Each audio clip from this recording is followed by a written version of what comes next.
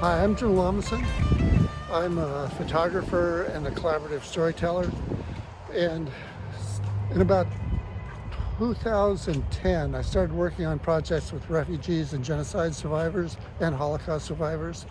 And it's a storytelling project.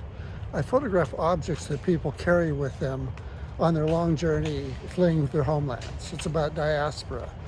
And so I take pictures of objects that they've carried that are important, and I ask the participant to write directly on the photograph about that object. And people write in whatever language they want to write in, they draw, they paint, but it's about storytelling.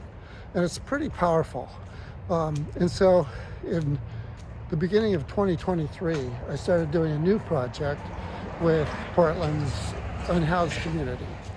And it's kind of the same process. I ask people about what they carry with them, and I take a picture of those objects, and then I go away, I make a print, and then I return it to the participant, and I ask people to just write whatever they want to write on the photographs. And the stories are powerful, they're human, they're revealing, and at some point, probably in the summer of 2025, we'll have a few exhibits. And the exhibits will be the collection of all the work that I've been working on for the last 2 years. And we'll have a few panel discussions, maybe some poetry readings, and members of the community to talk. And I think the biggest takeaway is that if a few circumstances changed in any of our lives, we might find ourselves homeless.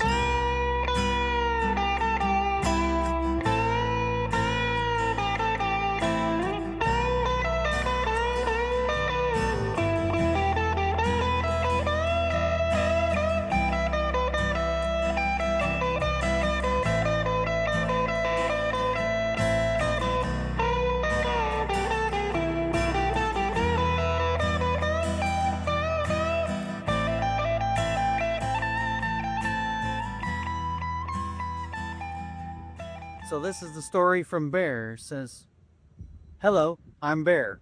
I'm a Nova Scotia duck tolling retriever. I'm also my mama's service dog in training. I'm a year old now, and I have many fans now. I have many fans in both Vancouver, Washington, and Portland, Oregon. I follow my mama and papa around all over Washington as I make sure my mama is able to stay calm and sit down when she gets her dizzy spells. My mama is from Flint, Michigan, and she goes by the name of Maya or Fox. My daddy is from Vancouver, Washington, and he goes by the name of Joe or Joey Two-Tones. They met before I was born at the Recovery Cafe in 2017, and they became close friends until my mama's ex-boyfriend raped and then threw a glass mason jar at her head on her birthday. That's what drove my mama to attempt suicide.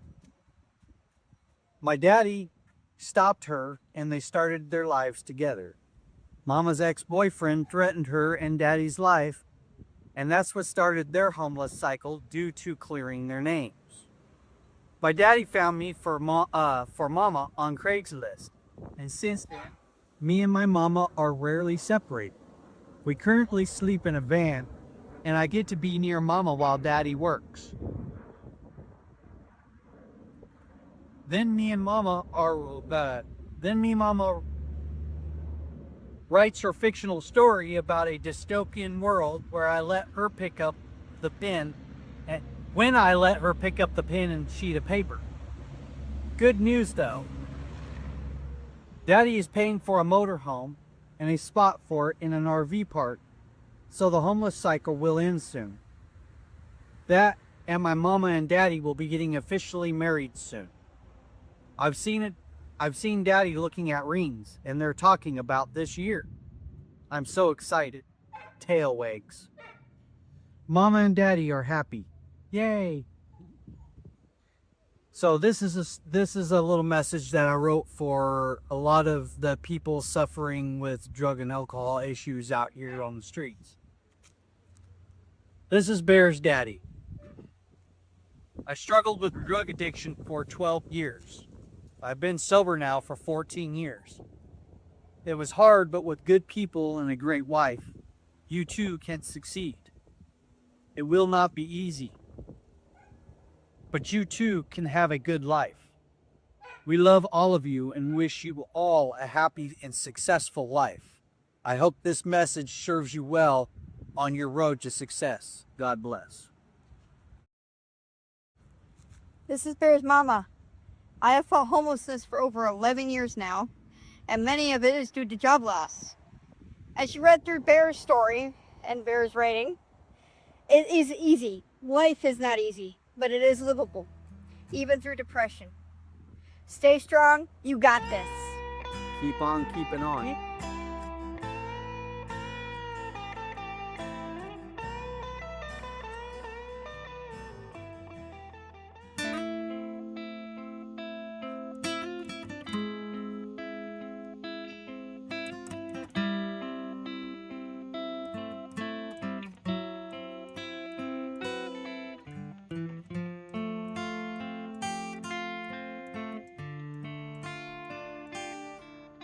Hi, my name is George McCarthy, and I have put together this picture of my compass and the things that I've written about it because it is something I always carry with me. It's something that's very important to me. More than pretty much anything, I always make sure I have it. I wanted to write something about it, but I couldn't think of one thing, so I wrote 5 short paragraphs to describe reasons why I carry it with me. I think of my grandfather, who gave me my first compass, and how I have a piece of him when I carry one. I am reminded of the importance of direction, as well as having a means of finding it. I love simple machines that I can understand and make my life easier. It's a part of my history and my childhood, one of the reasons I carry this tradition. It deconstructs direction of my terrestrial and places it in my hand so I can understand. These are among the reasons why I carry it, why I had it with me my whole life, and why it's just important to have it, even when I don't need to use it all the time. It's reassuring having it, and I can't explain it. I know it's there if I need it, and it's something less to worry about, and something that's just a part of what I carry and what I have.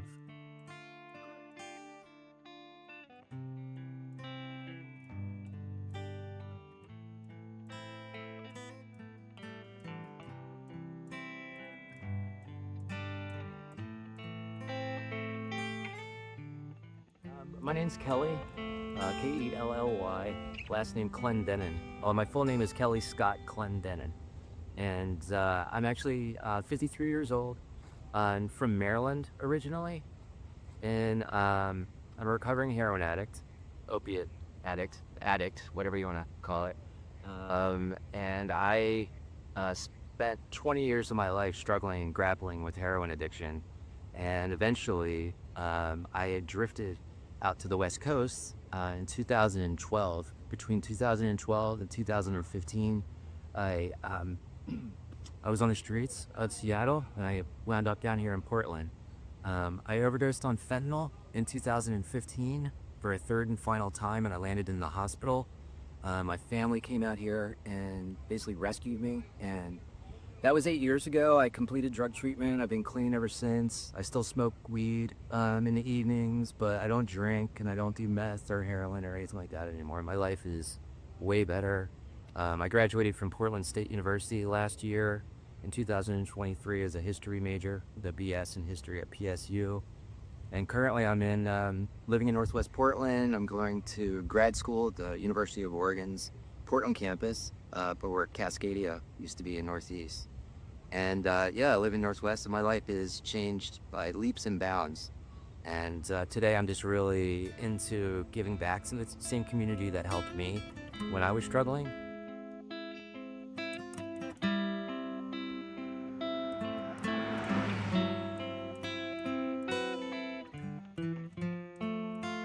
In 2019, I was released from Columbia River, where I did a year for a property crime charge that I committed when I was on the streets in 2013. So I had to go to prison in Columbia River. And then, so in 2019, in the winter of 2019, around this time actually, in November of 2019, I was released to the streets. And I had to go through a program called Bridges of Change, a work release program, and then a halfway house called Bridges of Change.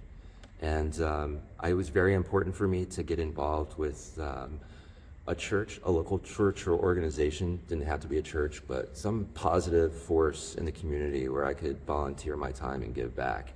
And so I found First Unitarian Church in 2019, and I began doing homeless outreach on the streets, just really basic stuff, handing out water, that sort of thing. And I was in college and at PSU, and I was in my senior year at PSU in 2023. And I had to pick a project for my senior capstone. And someone told me about a woman named Dana Buell at First Unitarian, who also had time to give to a project. She was looking to implement a new project, helping the homeless at First Unitarian. And so Dana and I started working together in 2023 to begin work for the shower project, 13 Salmon Shower Project. We received some grants, and we planned for about a year, and we opened our doors in January of 2024. And for me, it's just a way of giving back to people like me, who were like me on the streets when I was on the streets. I'm just so grateful for being given the opportunity to live through several overdoses and a life on the streets, that I want to give back. That I feel a responsibility to give back, because a lot of the people that I met that were like me didn't have family like I did to help them out and send them to treatment and buy them clothes and food and that sort of thing. So I feel like I was given every advantage. So I just wanted to give back.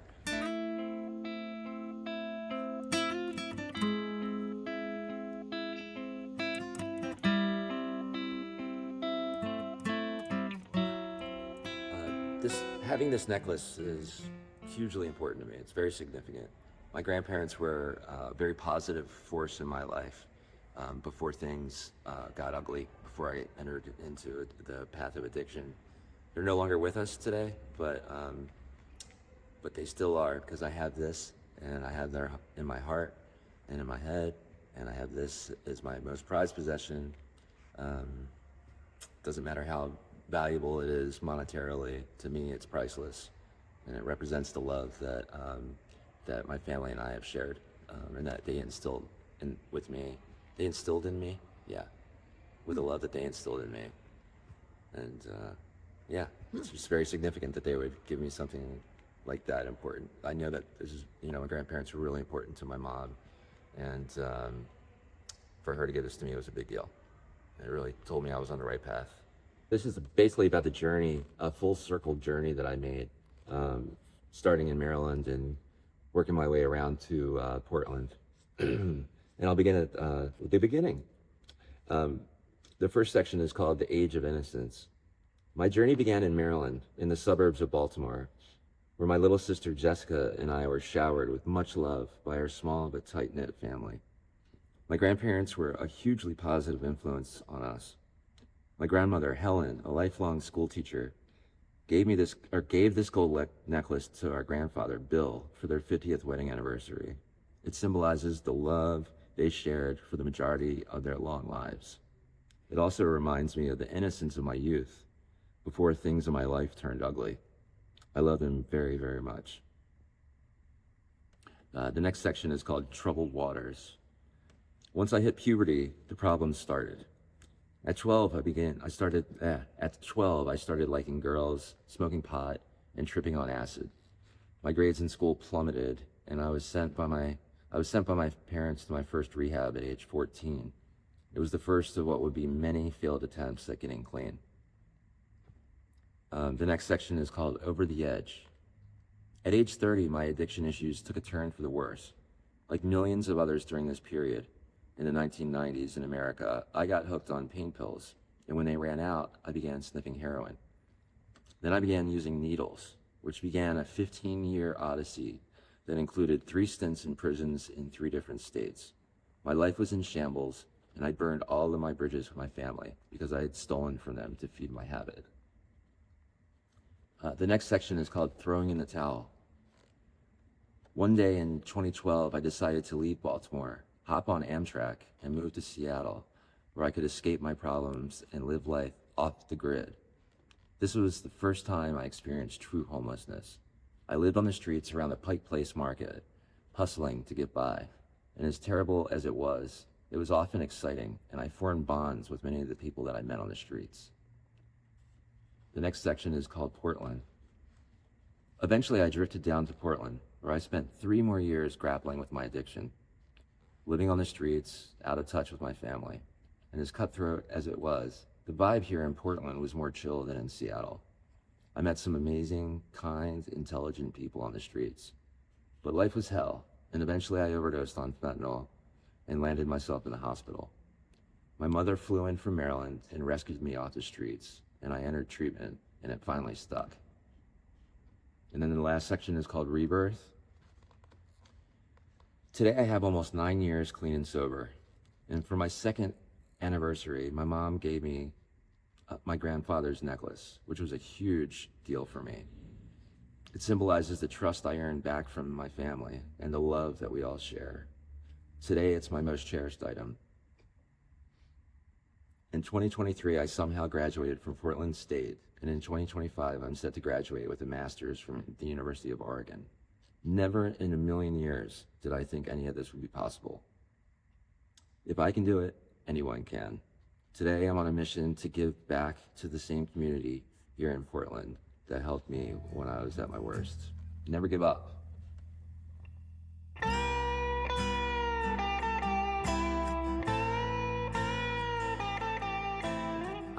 I'm in my last year of grad school at the University of Oregon. I'm a multimedia journalism major, and so for my terminal project, or what we call on the East Coast a thesis, I decided that I wanted to go to Grants Pass because there was a huge Supreme Court decision this past year that was handed down in June and about the Eighth Amendment and what's considered cruel and unusual punishment.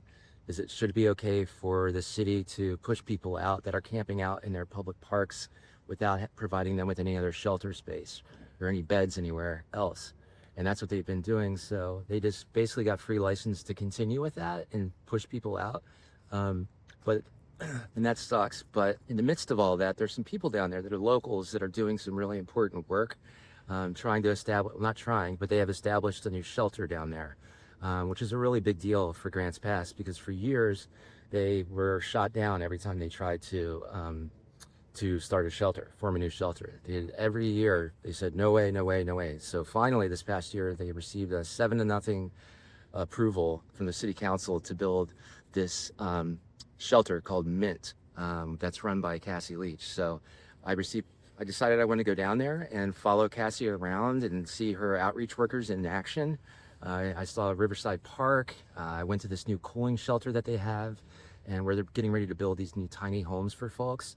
And it was a wonderful experience. They're doing some really good work down there. And I thought it was good I want to report on the stories of people that are locals in the community who are trying to do something to confront these crises that we're experiencing. The affordable housing and fentanyl crises are killing people, literally, and all over the place, and especially here in Oregon. So I wanted to go down and report on something that wasn't quite as doom and gloom. That was, in this case, a really heartwarming story about people coming together in their community to provide solutions rather than push people out. And tell me.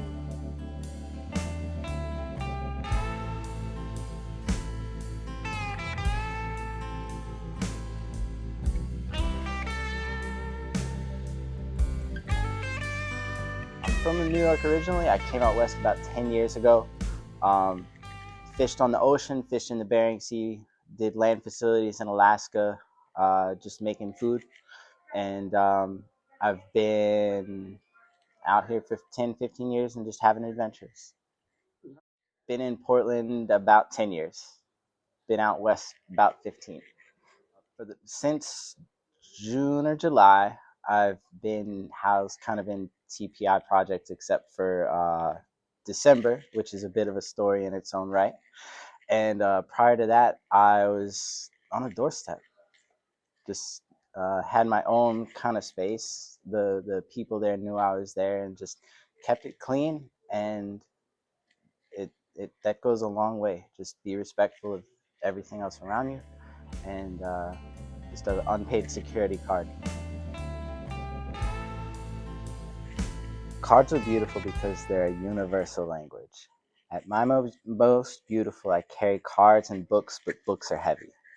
On a more intimate level, I carry cards because they remind me of my friend and sister Bree. Me and her are like twins, and I miss her deeply. I carried a copy of The Creative Act by Rick Rubin with me when I had a backpack, and I carry my phone, and I carry stories. On a more sprawling level, I think me and everybody else in the universe carries stories inside them, and it's each individual's life, work, and privilege to tell their stories and explore the universes outside and inside themselves.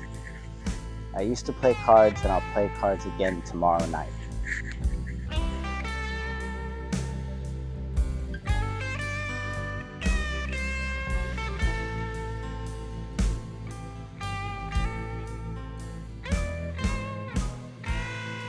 Home is probably self-exploration. I think the more um, it's definitely in one religious book, and I've kind of discovered it within myself as well. But we're travelers. We're time travelers, time and space, and to the best way to contact external worlds is to explore the internal world inside oneself. And you can, in a more general way, you can go to different cultures and explore that, and that's kind of home. Wherever that resonates within yourself and you can identify that thing, that's home to me.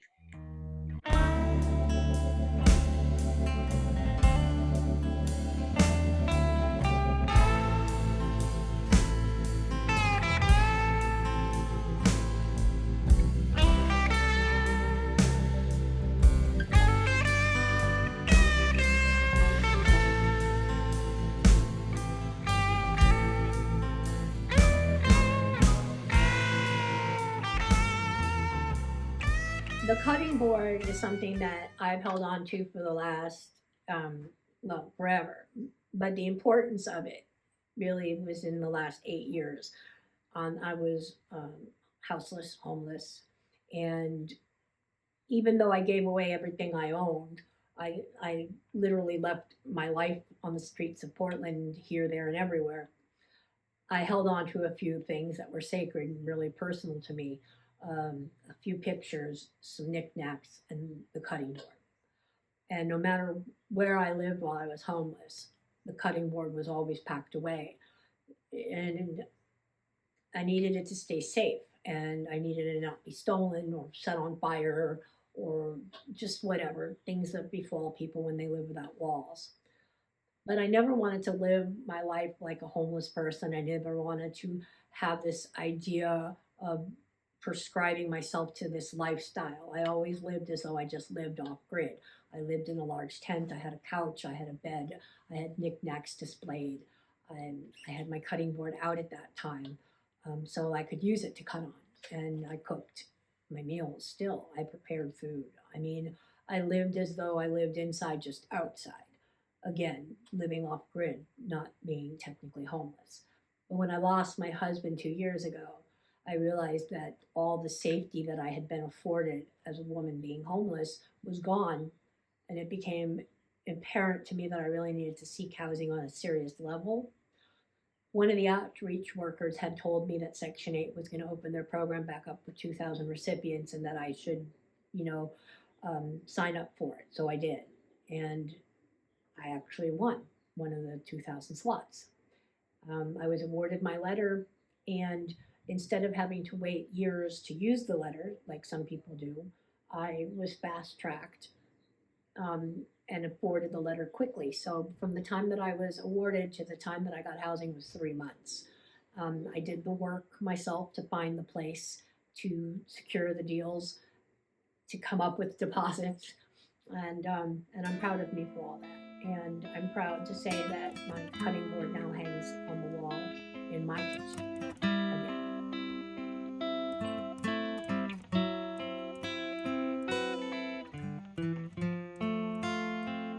So a cutting board hung on kitchen walls, never being used but admired. As a child, my mom had this board on every kitchen wall since I can remember. The image from a Persian love poem shows a woman pouring drink for a man.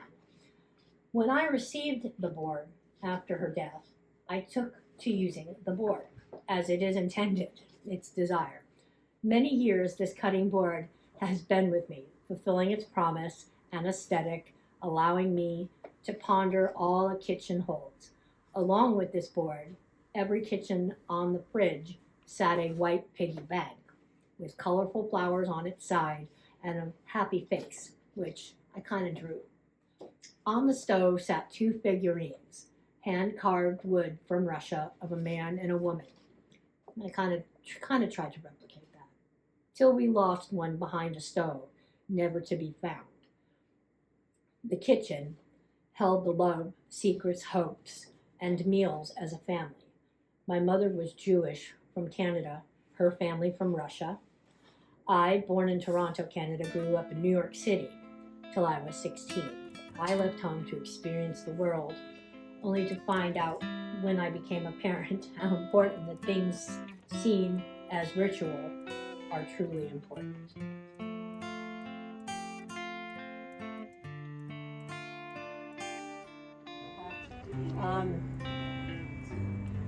As with every place I've ever lived, I've always had a garden. This is no exception.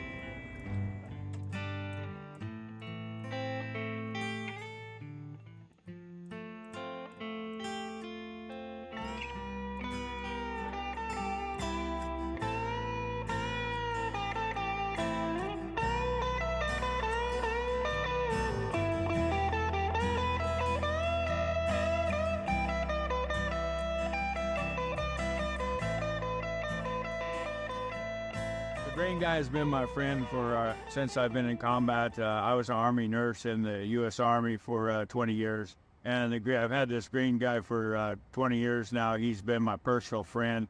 When I see battle scars on the battlefield and trauma and wounds from soldiers, I turn to my friend here while I can hold on to him and gain insight into my life and help me be able to be stronger and be able to take care of the soldiers that are injured and everything. The Green Monster also helps me be part of stronger confidence in myself, where I'm able to squeeze him and gain strength. It helps me with my PTSD, helps me be able to work with my bipolar. Out in the street routes, I always have him with me every day because he shows me that we can get out here and sell papers, when I'm discouraged. With people don't buy the paper, he always provides a smile on his face, and that brings joy to my heart.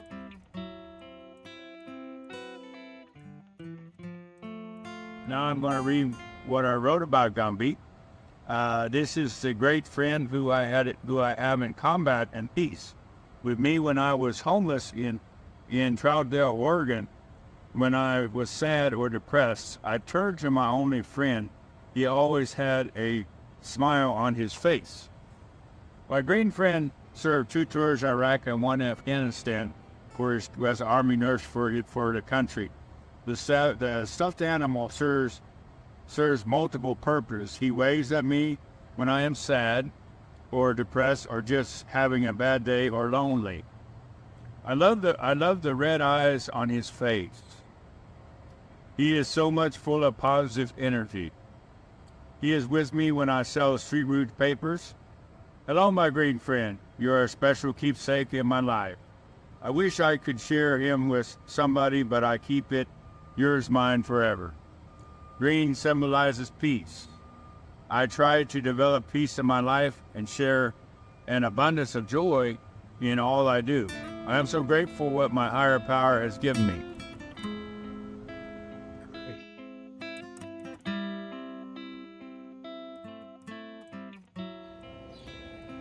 When Ricky told me that his new puppy Roswell had chewed off the arms of Ricky's green friend, I knew that we had to do something about it.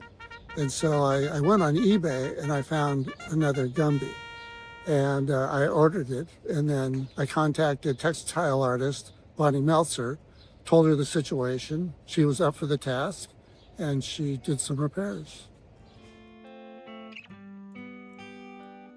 Hi, I'm Bonnie Meltzer, and I have this wonderful project. I'm a fiber artist and sculptor, and I need to repair this Gumby for Ricky Wagner. And this is his very special Gumby that has been with him, and I'm going to take the arms of this new Gumby and replace them. He's going to have a little surgery, but I am also an expert in visible mending, which means the stitches show, so they can be quite decorative or just visible in a subtle way. So I'm going to take the arms off of this Gumby and put him on this very favorite one, and everybody's going to be happy, and I'm going to have a good time doing it.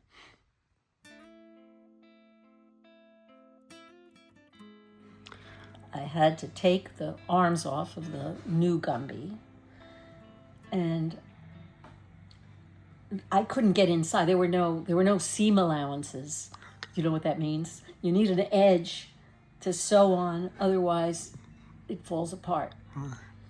So the arms are a tiny bit shorter, but I sewed the arms on in not the most beautiful stitches ever.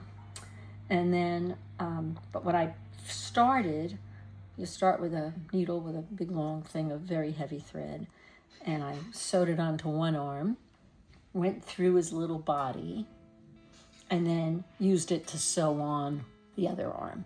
And that's how they made dolls. I have a little doll who's the elastic band that was holding the two arms together after 70 years has finally broken. So I'm going to mend that. But so I knew about connecting those two arms together so they're not falling off. And then I took another thread and went down, sewed the stitches around in the other direction. But they didn't look gorgeous. I mean, I couldn't do gorgeous stitching because I couldn't get anywhere. And that's why we have this little decorative. And isn't that a gorgeous little color? I actually had that color. I forget. So it's kind of luminescent. And this is a paint that is actually used as a glue. So some people use it for beads and other kind. And I don't think you'd want beads on this. Probably not. Anyway, so it has a little, and I also, this was on top there, and I don't know if that's something he wants or not, but I thought it was actually, can you see it? It's kind of cute. Yeah. I didn't know Gumby had hair. Right.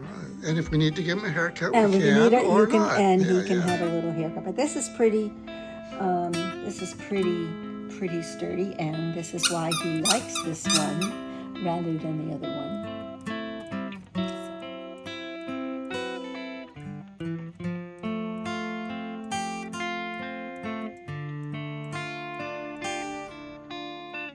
I'm Ricky Wagner, and I want to thank Bonnie Meltzer for helping me get my Gumby back to the working order again. He was chewed out by my dog Roswell, and I just thankful for all you do, Bonnie, in helping me get things back to normal. He was living in Afghanistan, and thank you for all you do, and most straight.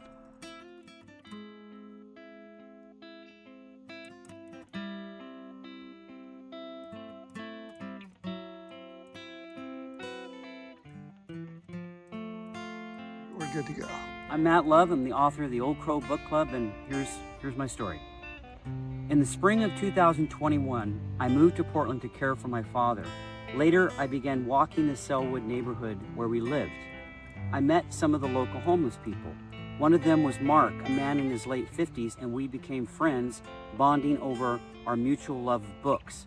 In all my years, I have never met a more prodigious reader or astute commentator on literature. Mark and I founded the Old Crow Book Club with several other homeless people, set up a salon sidewalk, and began discussing books often with belts of Old Crow, a rot gut whiskey. These were the best conversations about literature I've ever had. In due course, I tried to get Mark into housing, and it proved the most frustrating experience of my Oregon life, and not because of anything Mark did or didn't do. It was a maze of molasses bureaucracies, and I chronicled this story on a Substack newsletter called The New American Diaspora. 2 years later, I published a fuller account in a book called The Old Crow Book Club and distributed almost exclusively via street libraries in Portland. This novel method led me to discover the most rewarding readership of my writing career and eventually led to Mark getting into housing.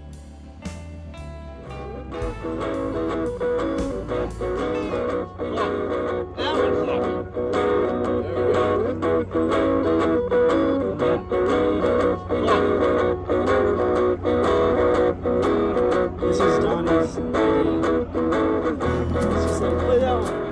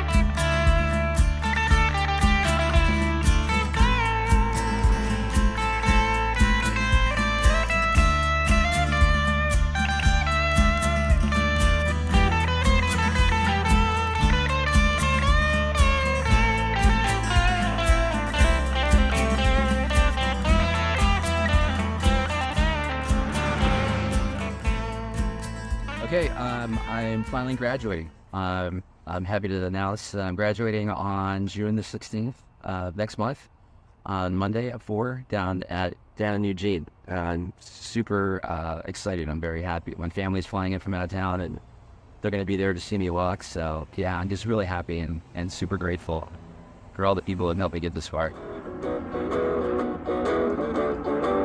I'm just kind of improvising. So I gotta tell you guys. I didn't go to my guitar lesson this morning, so I. Social interruption. What is